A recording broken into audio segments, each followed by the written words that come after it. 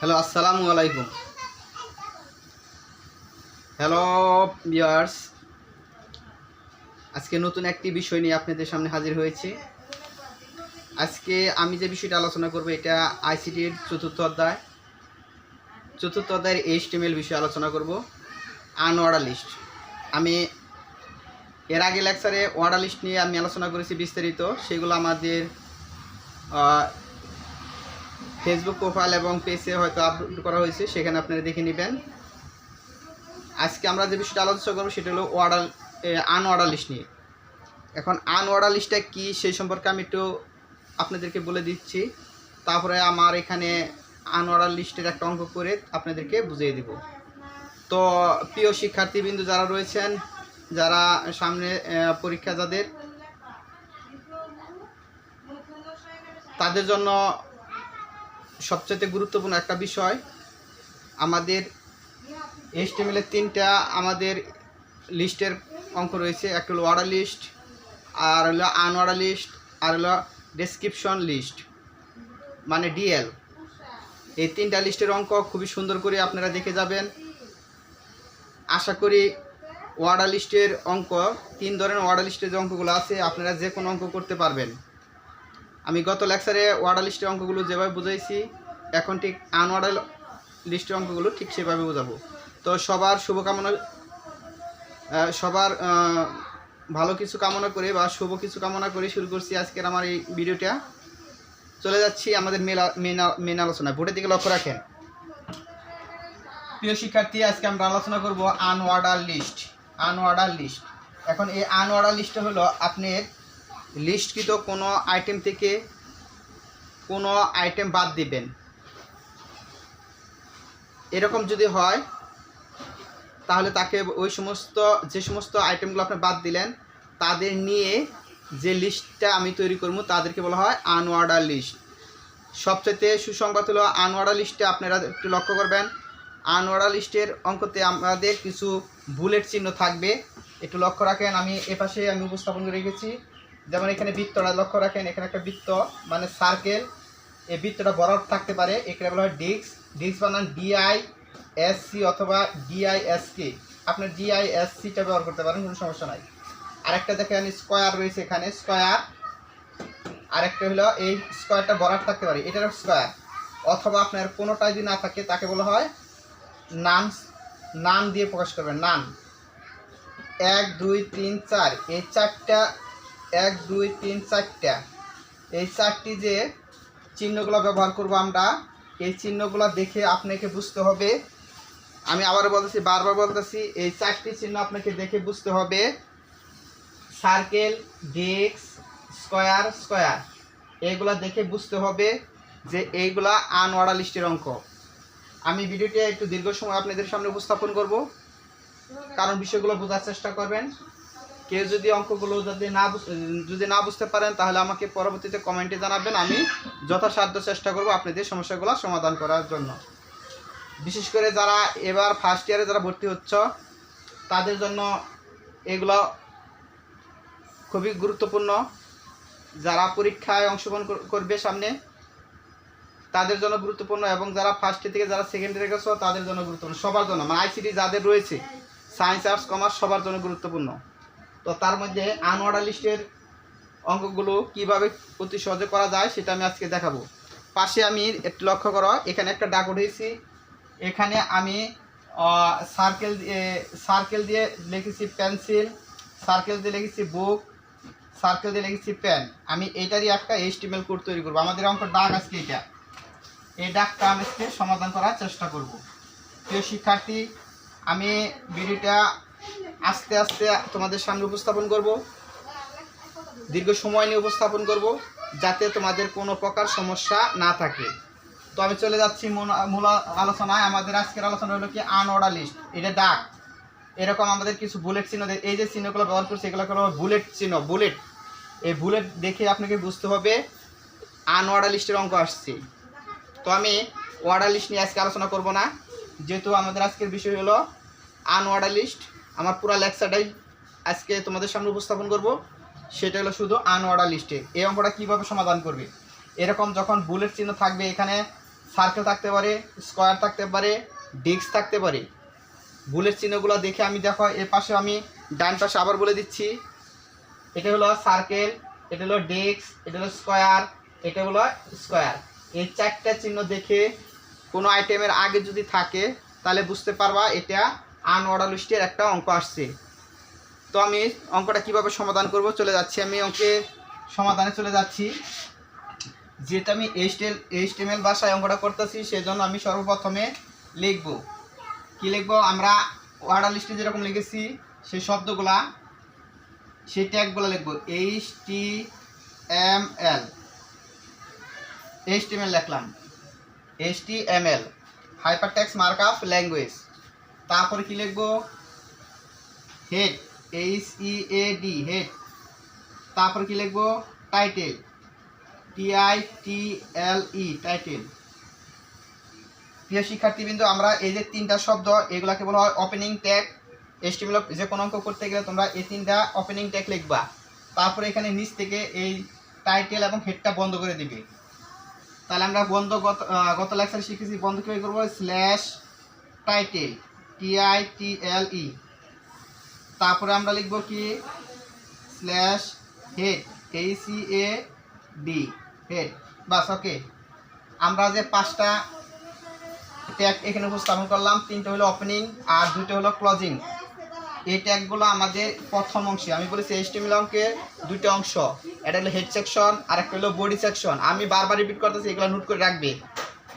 HTML এর প্রত্যেকটা অঙ্কে দুটো অংশ থাকে, একটা হলো হেড সেকশন আর একটা হলো বডি সেকশন। আমি হেড সেকশনে এই পাঁচটা শব্দ ফিক্সড করে লিখবো সবসময়। তারপরে আমি বডিতে যত কাজ আছে সমস্ত কাজ আমি করব কি, বডি অংশে করব। তো ছোটটা আমি চলে যাচ্ছি বডি, এখানে আমি লিখবো কি, উপস্থাপন করব কি, body, body, BODY body. Body লেখার পরে এখন আমরা এই যে আনঅর্ডার লিস্টের অঙ্কগুলো করা হচ্ছে সেটা আমি এখানে উপস্থাপন করব। আনঅর্ডারে আমি একটু বলে দিই, আনঅর্ডারের প্রথম অক্ষর একটা দেখেন কী ব্যবহার করব। এখন UL, তারপরে UL দিয়ে আমরা কি করব, টাইপ দেব, TYPE দিয়ে এখানে যে আপনার সার্কেল ব্যবহার করছি আমি সার্কেল লিখে দেবো। তাহলে আমি এখানে দেখাচ্ছি, আমি এ পাশে লিখলাম, তাহলে কি লিখবো, এখানে শুরু করলাম আমি এখান থেকে, তাহলে লিখলাম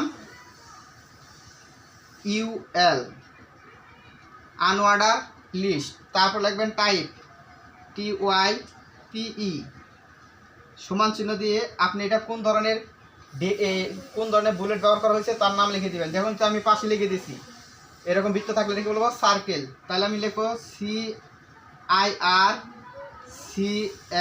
সার্কেল। এটা ইনভার্টেড কমার ভিতরে লিখতে হবে, কারণ ULটা হলো ট্যাগ, টাইপটা হলো অ্যাট্রিবিউট, সার্কেলটা হলো, এটা হলো আমাদের ভ্যালু।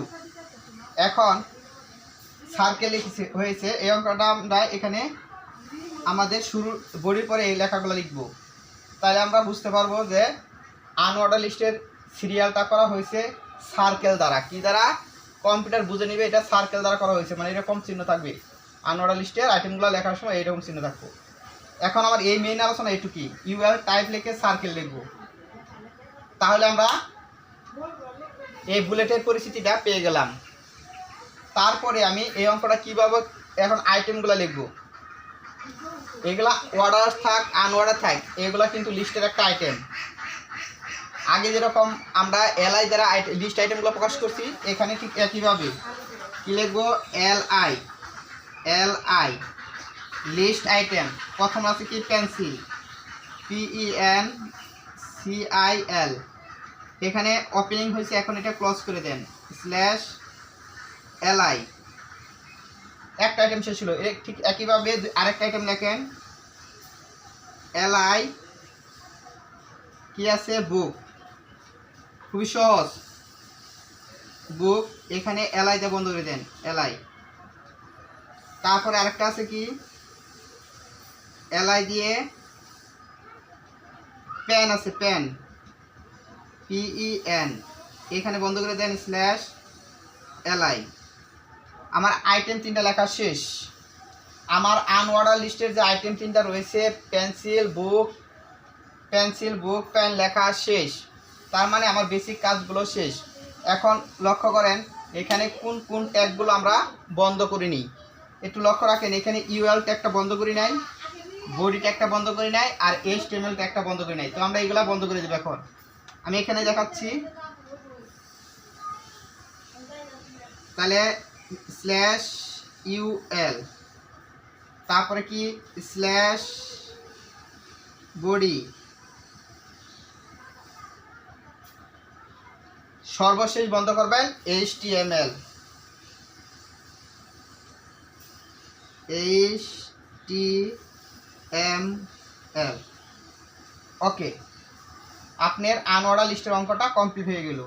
আপনি এটা হয়তো গ নাম্বার অথবা ঘ নাম্বারে আসবে, তো আপনি 3 অথবা 4 মার্কের জন্য এই অঙ্কটুকু আমাদের করতে হবে।